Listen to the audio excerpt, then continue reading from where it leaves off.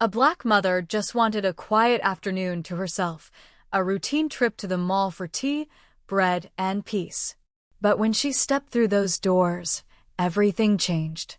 Two security officers targeted her without cause, accused her of theft, and dragged her away in front of stunned onlookers.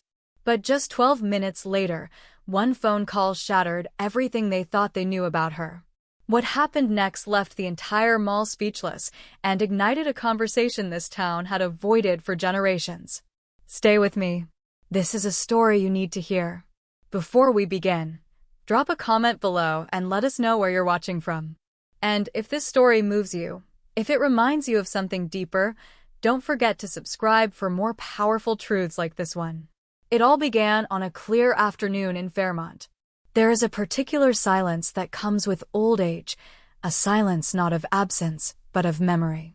And in that silence lived Mrs. Loretta Hayes, 74 years old and long practiced in the rituals of dignity.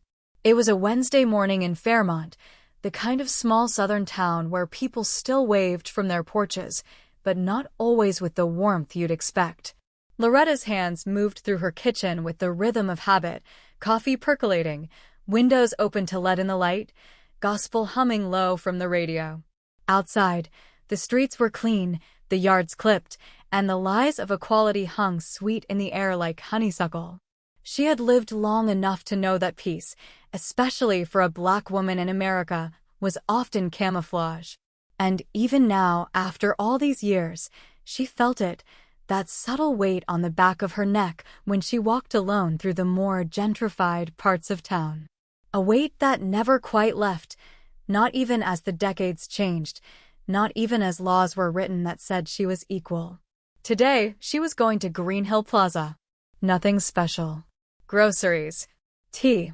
A new pair of slippers if she could find them on sale. But Loretta had learned that even the ordinary could become battlefield terrain depending on who watched you and what color your skin dared to be. The first challenge was small, invisible to most.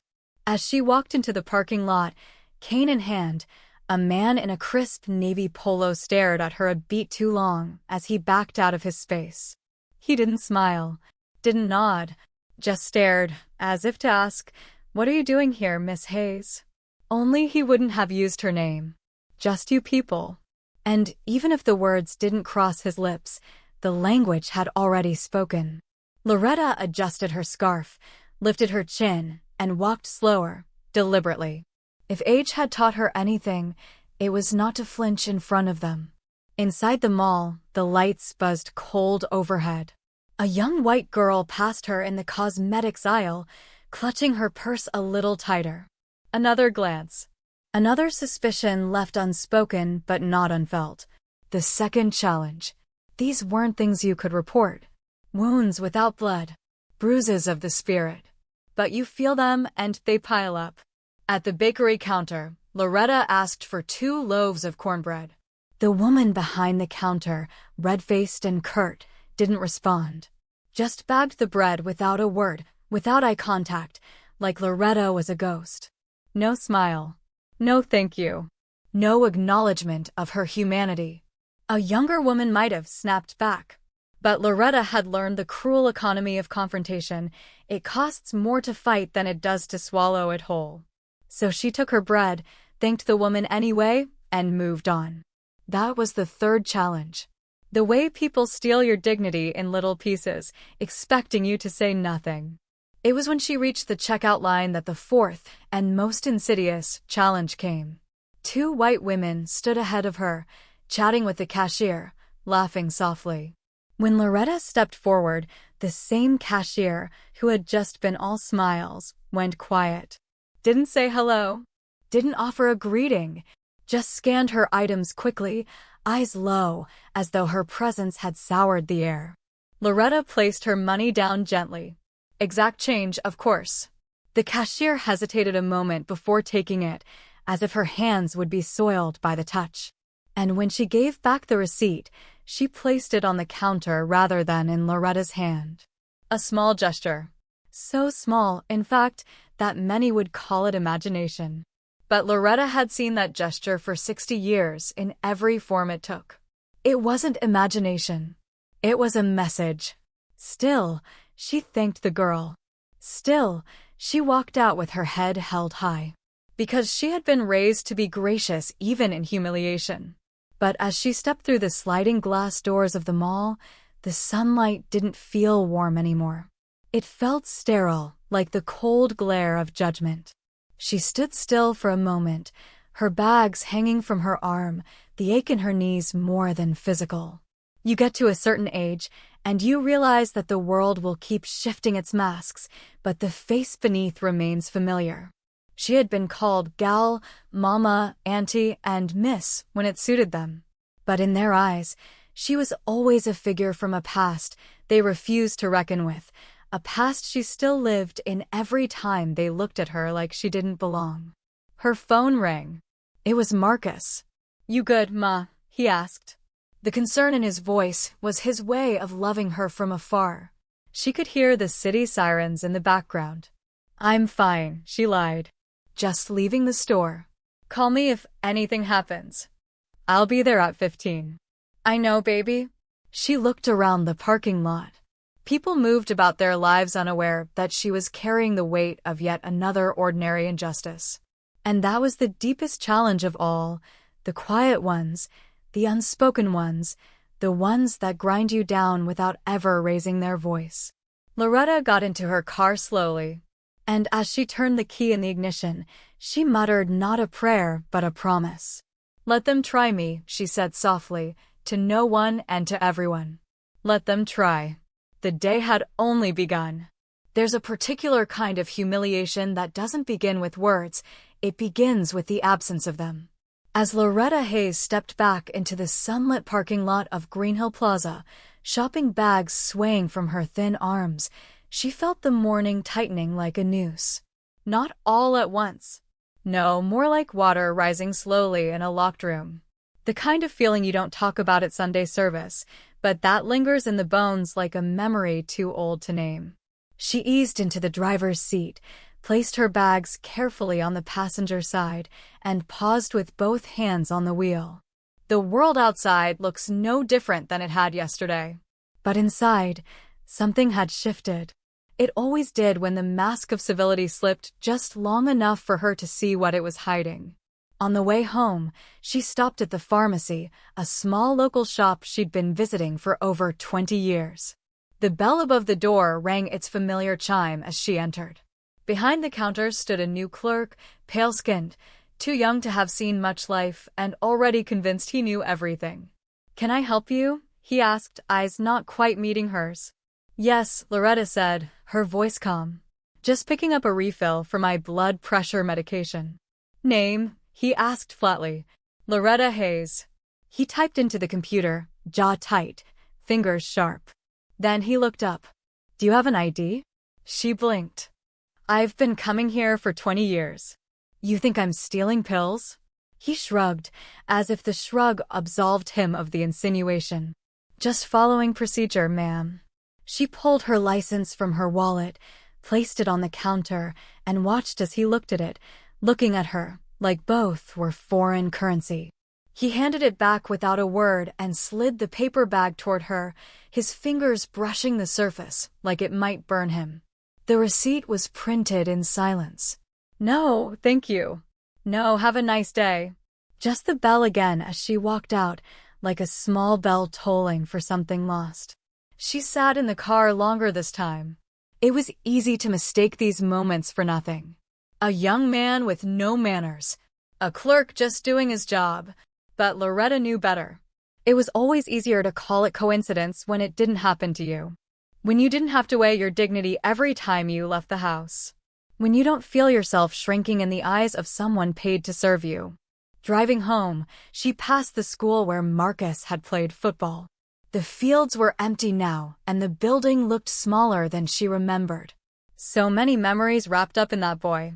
Her only son. Now a grown man wearing a badge, holding the line between order and chaos. He had chosen that life, she suspected, to make the world safer for her. But safety, she had learned, was relative. Especially when your skin could be red like a threat. At the next intersection, she stopped at a red light. A police cruiser rolled up beside her. For a moment, the two officers inside didn't look her way. But then one did. Just a glance. It didn't last long. Long enough to narrow his eyes. Long enough to stiffen his posture. And then they rolled through the light before it turned green. Loretta sat still. The light changed. She didn't move. That was challenge number 5. That unspoken understanding that even with a lawful life, even with a police captain for a son, she was still prey in the eyes of some men with power. By the time she reached home, her hands were trembling, not from fear, but from the accumulated weight of too many moments like that. Each one was a pebble, dropped in the well of her spirit. One pebble didn't seem like much, but she knew what happened to wells filled with stone. She boiled water for tea and stood in the kitchen, staring out at the garden. The roses needed pruning. The hydrangeas were curling brown at the edges. And yet, she couldn't bring herself to step outside. Her phone rang. "Ma," said Marcus. "Everything good?" She hesitated. "Yes, baby. Just tired." "You sure?" She smiled, a weary smile, the kind that mothers perfect when they want to protect their children from truths too heavy to carry. "I'm sure." That was lie number 1. Because the truth was, she wasn't tired. She was tired of it. Tired of the dance. Tired of the glances. Tired of fighting to be seen as someone who had already paid her dues in full. She sipped her tea and thought about how they teach you to endure, but not to name what you're enduring. And somewhere in that silence is where racism does its best work, not in slurs or signs, but in the blank spaces between actions. In the way a smile is withheld. In the door not held open. In the way you're made to feel like you're trespassing in your own country. That night, as the sky turned ink dark and the cicadas began their song, Loretta sat alone in the soft light of her living room, wrapped in her favorite shawl. The day had passed. No bruises. No shouting. Just the slow, invisible corrosion of her place in the world.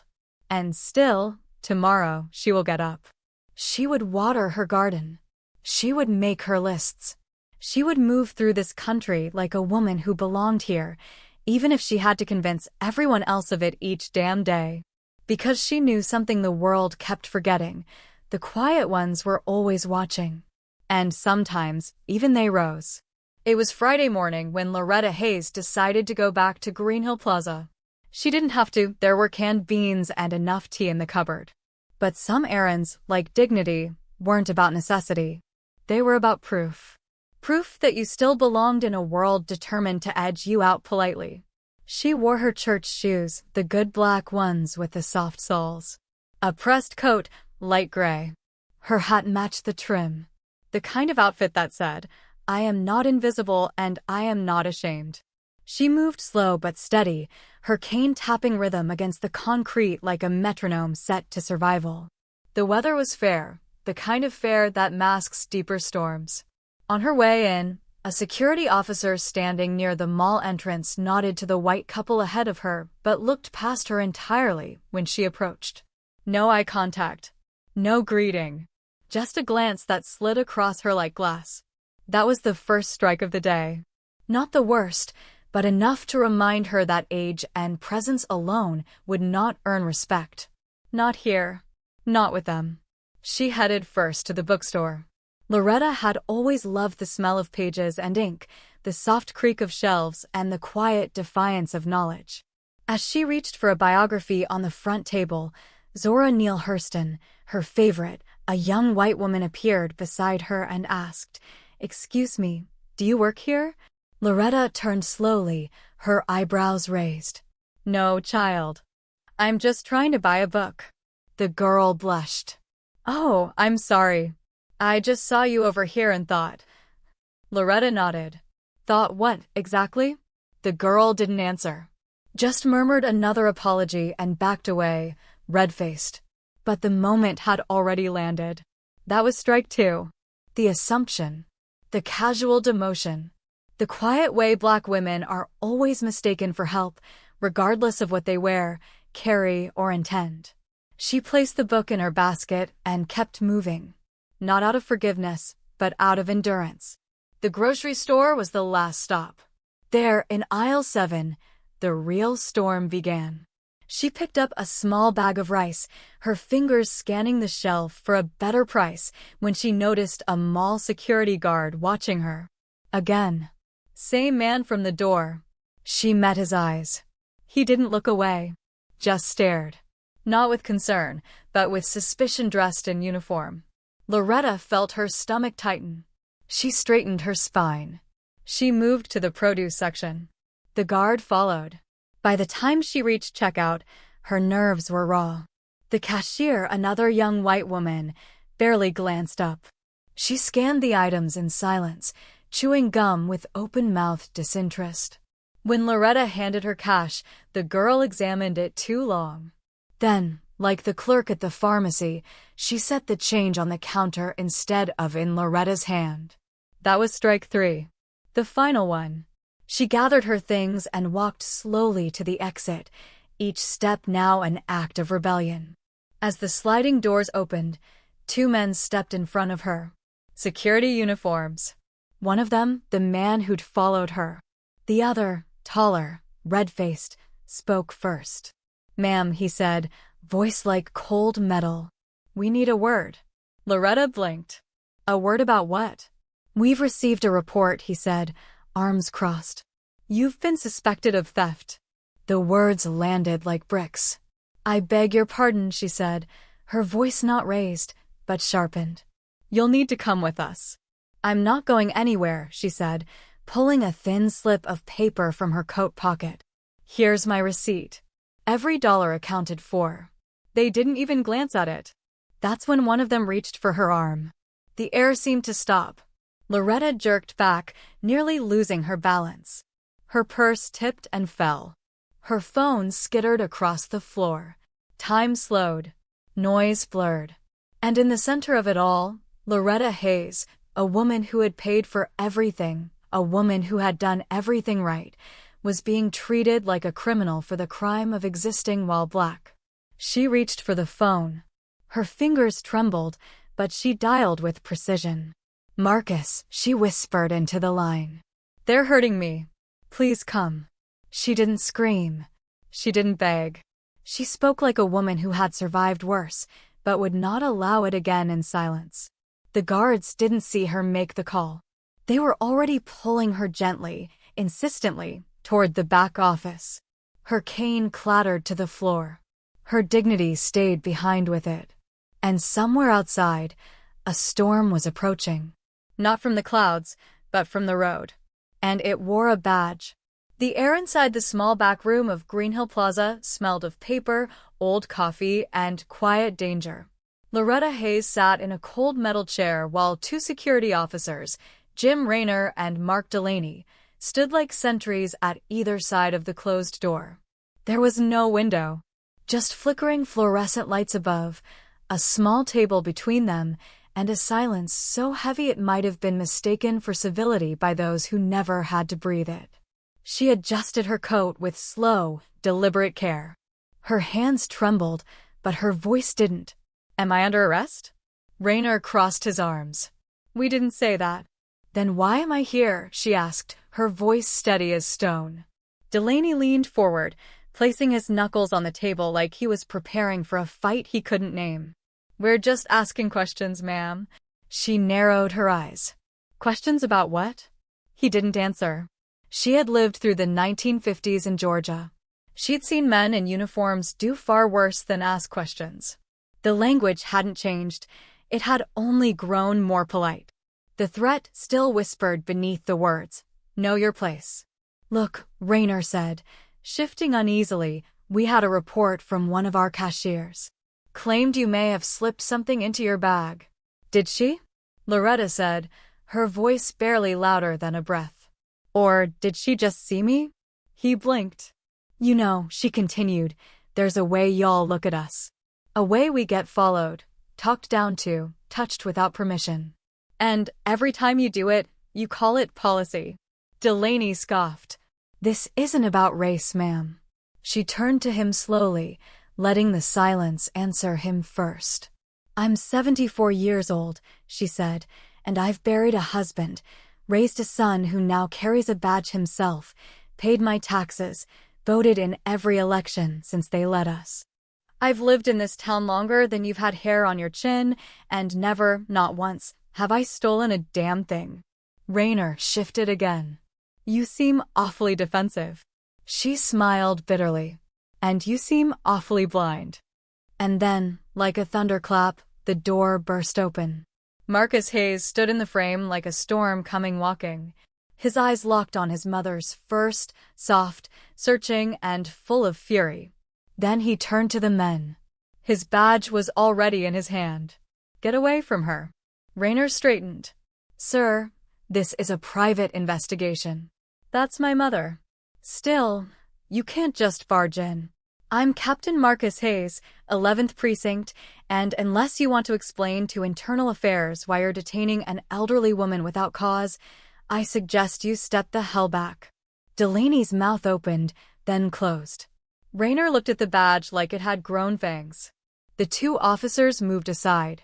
Loretta rose from her chair slowly, with dignity, reclaiming each inch of herself that had been stripped by suspicion. Marcus helped her father her things, her cane, her purse, the receipt still clutched in her trembling hand. He said nothing. Not yet. Outside the room, shoppers started. Some are curious. Some are silent. Mostly indifferent. That was how it always happened. The bystanders who saw but didn't step in. The ones who would later say they hadn't known what was going on. Marcus turned to Raynor and Delaney. Let me ask you something, he said, voice low but sharp. Did either of you look at the receipt before you put your hands on her? Neither man answered. Did you check the cameras? Speak to her? Ask if she needed help before treating her like a suspect. Still silence. You saw a black woman, old and alone, and you thought, easy target. Raynor shifted uncomfortably. We were just doing our job. No, Marcus said. You were doing what you've been trained to do, by a system that's spent decades teaching you who to fear and who to trust. He held up the receipt between two fingers. Here's your damn evidence. Then he dropped it to the floor. The moment passed in silence, but the weight of it hung heavy. Outside, the sun still shone. The parking lot was still bustled. But everything had changed. Marcus walked his mother to the car. Each step was a protest. Each breath they took was a refusal. In the passenger seat, Loretta finally spoke. You didn't have to come. Yes, I did, he said quietly. They put their hands on you. She looked out the window, her voice soft.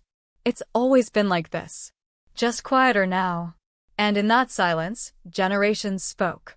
Marcus gripped the wheel. They won't get away with it, he said. And he meant it. Because some humiliations were too old to forgive. And too fresh to forget. The morning after the incident at Greenhill Plaza, Loretta Hayes sat in her kitchen with the newspaper spread open before her, though she wasn't reading. The tea had gone cold in her cup, and the sun that usually greeted her at the window now felt like it was staring. The house was still, too still, and yet inside her chest was a rustle, like dry leaves caught underfoot. She hadn't slept much. The kind of sleep you get after being handled like a threat isn't sleep at all, it's retreat. Outside, the town of Fairmont hummed on, unchanged. The mail came. Dogs barked. Children walked to school in bright little backpacks. But inside Loretta, the world had split. She had done everything right, held her tongue, held her posture, held her receipt, and still, they had tried to strip her of her place, her name, her history. Not with violence, but with accusation. With suspicion dressed in protocol. Marcus had filed the formal complaint by dawn. He typed like a man possessed, each word a nail in the system's coffin, each detail a reckoning. Detained without probable cause, racial profiling, physical contact without consent. His report was sharp, clinical. But behind the words was fire.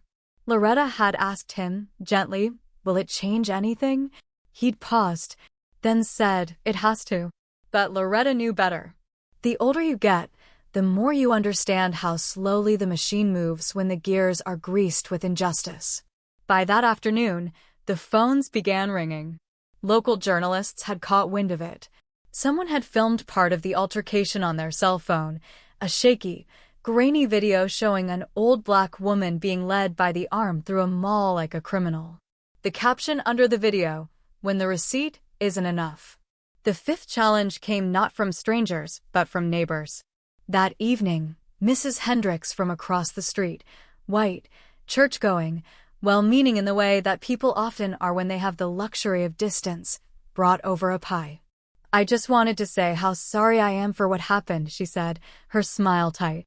"But you know, they were probably just doing their job. People get nervous these days." "Nervous about what?" Loretta asked. "Oh, I don't mean you, of course," Mrs. Hendricks said quickly. "It's just tension, you know?" Loretta said nothing, just stared at the pie. "Anyway, I hope you won't hold it against the whole town. We've always prided ourselves on being fair." Fair. That word again. Slippery and hollow. Mrs. Hendricks didn't stay long, but her visit left something heavier than the pie. Because the sixth challenge, perhaps the cruelest, was being asked to make them comfortable after they'd made you feel small. It was the expectation that you be gracious, that you not make a scene, that you keep your rage palatable. Later, Marcus returned from work. He sat at the kitchen table with his head in his hands. The department had gotten wind of the incident. The mall was already working on a statement. The officers involved had been reprimanded, which, Loretta knew, meant next to nothing. "I'm doing everything I can," Mom, Marcus said, voice taut. She reached across the table and squeezed his hand. "I know you are." But beneath that, she also knew this. She had raised her son to protect a country that would not protect her. That contradiction lived in her bones. And it ached. That night, as the sun dipped low and the lights came on across the neighborhood, Loretta stood at the window and watched. Somewhere, a child was laughing. Somewhere, a white couple walked their dog. Somewhere, a life untouched by this pain carried on as if nothing had happened. And somewhere in her chest, the storm gathered again. She remembered being a young girl, walking with her mother into shops where they were never spoken to. She remembered the signs that said colored entrances, the bus seats too far from the driver, the schools with crumbling walls and hand-me-down books. They had taken the signs down, yes, but they had never removed the eyes. The judgment. The assumptions. She had carried all of it, quietly, with grace. That was what Black women were taught to do: swallow the insults, fold the pain into silence, and keep moving. But now? Now the insult had hands. Now the pain had a video. And now the silence no longer felt like grace. Marcus stood behind her. "You don't have to do anything more," he said softly. "I can take it from here." She turned to him. "That's the thing, baby. I've already done more than I should have had to." He looked down, ashamed, not of her, but for the world she'd been forced to survive in. A world he couldn't fix, no matter how many badges he wore. Outside, the night thickened. But Loretta stayed at the window a little longer. Because when you're 74, and the world still looks at you like a stranger, you begin to understand. The worst kind of racism isn't loud. It's quiet. It's polite. It smiles and says, "Ma'am," while it questions your honesty. It hands you pie while it erases your pain. And it dares to ask you to be the forgiving one. By Sunday, Fairmont was talking. Not out loud, of course, not the way storms announce themselves with thunder. No, this was quieter. This was a hushed concern. This was neighbors whispering across fences, clerks checking receipts a little more carefully, and Sunday sermons that prayed for unity without naming the wound. But in Loretta Hayes' small living room, the silence was broken. The news had picked it up, first a local station, then the regional network. Someone had leaked the footage. A shaky cell phone clip, but clear enough, an elderly Black woman being grabbed by mall security. Her cane is on the floor. Her voice is calm, her dignity intact, but her humanity was treated like a question mark. The caption under the story: "Retired teacher mistaken for thief in mall profiling incident." Retired teacher. as if her profession was a crime, as if being black wasn't reason enough for what they had done. Loretta didn't want the cameras. She didn't want the interviews. But they came anyway, reporters knocking like evangelists, holding microphones like offering plates. Marcus watched them from the porch with folded arms. "You don't owe them your pain, Ma." "No," she said, sipping her tea. "But I owe myself the truth." The seventh challenge wasn't the guards at the mall. It wasn't the suspicion or the silence. It was the price of speaking up after a lifetime of being told not to. That evening, they held a community forum in the church basement. Not because the city invited it, but because the people demanded it. Folding chairs packed the room. Black, white, young, old. Some came out of solidarity. Some came out of curiosity. And some came to protect their idea of Fairmont, a place where this sort of thing doesn't happen. Loretta sat near the back at first. Hat tilted just so, hands folded in her lap. But when the moderator, a local pastor trying too hard to keep the peace, asked, "Would anyone like to share a personal experience?" she stood. The room turned. She didn't raise her voice. She didn't need to. "My name is Loretta Hayes," she said. "I've lived in this town longer than some of you have been breathing. I taught your children. I marched when we had to. And last week, I was treated like a criminal in a store I've been shopping in since before the manager was born." A murmur passed through the crowd. "And it wasn't because I looked suspicious. It was because I looked like me." Someone cleared their throat nervously in the front row. Loretta didn't pause. "Now I know some of y'all will say this isn't about race. That's always the line. It's policy. It's a misunderstanding. But when it keeps happening to the same people in the same ways, at what point do we stop pretending it's a coincidence?" The room grew still. There's a quiet violence in being watched. Having your word means less.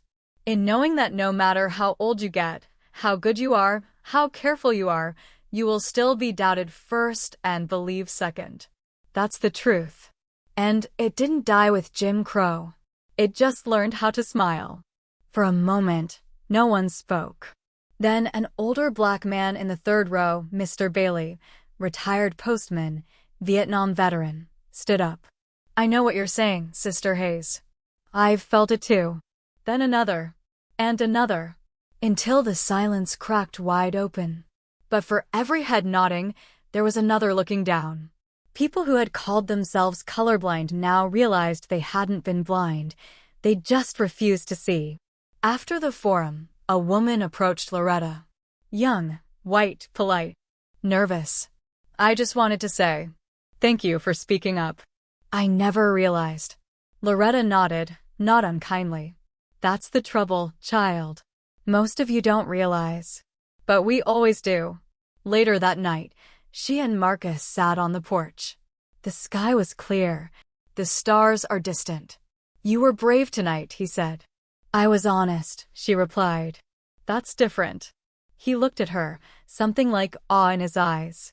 "You think it'll change anything?" he asked. "I don't know," she said. "But I know this: truth doesn't guarantee change, but silence guarantees nothing." And somewhere in Fairmont, in the hearts of those who had never spoken, something had shifted. Maybe not much, but enough. The wound had been named.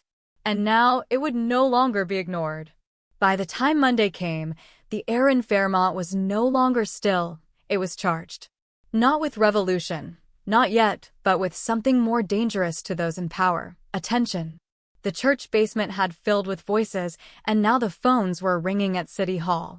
The mayor's office released a vague statement: "We're reviewing the incident," while the mall's corporate office issued a paragraph so careful it said absolutely nothing. "We are committed to ensuring all customers feel safe and respected." Loretta read it once, then again. She folded the letter in half without a word and slid it under her teacup. "You feel respected, Ma?" Marcus asked. "No," she said. "I feel managed." That was the eighth challenge. When power pretends to listen but moves to protect itself. Marcus, already deep into his own department's bureaucracy, had filed not one but 3 internal complaints. One for wrongful detention. One for excessive force. and one for racial profiling. But as he read the email responses, "We are taking this seriously. We appreciate your concern. This is under investigation," he felt the familiar chill of delay. The machinery of justice moved slow on purpose. It always had. Loretta, meanwhile, had become a reluctant symbol. Not a martyr. Not a saint. Just a woman who refused to disappear. She was invited to speak at a community town hall. She declined the first invitation. And the second. It wasn't until Marcus said, "They need to hear you again," that she agreed. She stood at the front of the room wearing the same gray coat, her voice sharper now. She was no longer asking to be seen. She was demanding to be remembered. "I didn't survive segregation just to be silently profiled in a shopping mall. Don't tell me how far we've come when I still get followed like a shadow." An older white woman in the back raised her hand. "But don't you think this is all just overblown? Isn't it possible the guards were just doing their job?" Loretta turned slowly toward her. The room held its breath. "If they were doing their job, then their job is broken," she said. "And if you can only see theft when it walks with a brown face, then you ain't looking for crime, you're looking for a scapegoat." Some clapped. Others didn't. Because here's the thing about truth, it's never polite. And it rarely comes without cost. The next day, the security company released a short update. The two officers had been reassigned pending internal review. No apology. No accountability. Just the corporate version of sweeping dust under a different rug. That evening, Marcus stormed into Loretta's house with a folder of legal documents. "We're filing a civil rights lawsuit," he said. "You're not just going to be a story. You're going to be a precedent." Loretta stared at the papers. Her name in bold at the top. Plaintiff. She thought about her younger self. The girl who wasn't allowed to try on hats in department stores because Negroes stretch the fabric. The woman who kept a box of voting registration cards from the 1960s just to remind herself how long she had been counted. Now her name would sit in courtrooms. On headlines. In mouths she'd never meet. "I didn't ask for this," she said quietly. "I know," Marcus replied. "But you're this. You always have been." The lawsuit, once filed, made headlines beyond Fairmont. Journalists started arriving from nearby cities. College students held signs outside the mall. "Respect our elders. Being black is not a probable cause. Loretta is all of us." And still, no formal apology from the mall. Still, no word from the mayor. Because institutions don't shake from stories alone, they wait to see if the wind passes. But this time, the wind had a name. Loretta walked into the grocery store a few days later and noticed something. No one followed her. The clerk who once ignored her now offered a tight, too careful smile. The air was different, not safer, but more aware. But awareness isn't justice. And silence, even when replaced by forced politeness, is still silence. That night, as Marcus drove her home from another community meeting, Loretta looked out the window. "Do you think they're scared now?" she asked. Marcus didn't answer immediately. "I think they're scared of what happens if you keep talking," he finally said. She nodded. "Good. Because the system only listens when it's forced to, and it only changes when the people it stepped on decide to stop whispering." And Loretta Hayes, 74 years old and soft-spoken her whole life, had stopped whispering. The courtroom wasn't built for women like Loretta Hayes. Its marble floor, high ceilings, and seal of justice looming overhead were meant to intimidate, not include. It had seen power argue with itself 1,000 times, but rarely had it seen an old black woman walk in not as witness, not as defendant, but as plaintiff. And certainly not one who walked with cane and history both. The lawsuit had taken months. Marcus, steady as stone, had fought with fire and paperwork. The mall's lawyers had tried to drown them in delay, hoping time would quiet the noise. But time, this time, worked against them. The town had changed. Just enough. Local news outlets covered the trial daily. Protesters returned to the plaza. High schoolers made murals in the park, one of Loretta holding a receipt like a flag. The city, once silent, now trembled beneath the weight of its reflection. In court, they tried to frame the incident as an unfortunate misunderstanding. A routine mistake. A breakdown in protocol. But Loretta's voice was clear on the stand. You don't put your hands on an old woman unless you've already decided what her body means to you, she said. They didn't see me. They saw a threat in human skin. Her words didn't shout. They didn't have to. They settled into the courtroom like dust and stayed. The opposing lawyer, a man who had probably never feared walking through a store, tried to challenge her memory. Mrs. Hayes, he said, do you believe your experience was based solely on race? She tilted her head. No. He blinked. Surprised. I believe it was based on everyday assumptions too small to be named and too old to be innocent. I believe I walked into that mall as a citizen and left it as a suspect. And that didn't happen by accident. The jury was mostly white. Mostly older. Mostly quiet. But some among them had gray in their hair and tired in their eyes. And sometimes, tiredness recognizes tiredness. The verdict came on a Tuesday afternoon, beneath a gray sky. The court found in favor of Mrs. Loretta Hayes. Damages awarded. Public apology mandated. Training programs are ordered across every store in the Green Hill chain. But more than the outcome was the reaction. People in the gallery stood when Loretta rose. Not clapped. Not cheered. Stood. Like they would for someone who had borne a burden in public. Like they were, finally, seeing the years she carried on her back. And yet, justice, real justice, doesn't come with checks or press conferences. It comes with change. With the hard, unglamorous work of unlearning. The day after the trial, Loretta received a letter from one of the mall security officers, Delaney. It was short. Handwritten. I see it now. I see what I did. I'm sorry. Not because I got caught, but because I looked at you like a stranger when I should have seen someone's mother. Loretta folded the letter and placed it in her Bible. Not because she forgave him, at least not fully, but because she'd never forget him. That Sunday, she returned to her church. When the pastor asked if anyone had something to share, she rose. Not with fire. Not with anger. But with peace earned the hard way. I didn't want this fight, she said. But I walked it because I had no choice. And I pray none of you forget that the world we leave behind is shaped by the things we endure in silence or confront in daylight. I've spent most of my life being quiet. But no more. That night, she and Marcus sat on the porch as they often did. The sky was wide. The town was still. The wind carried nothing but the scent of garden soil and memory. You think it's really over? Marcus asked. She shook her head. No, baby. It's never over. But something new has begun. She looked out toward the road. And for the first time in a long time, she didn't feel watched. She felt seen.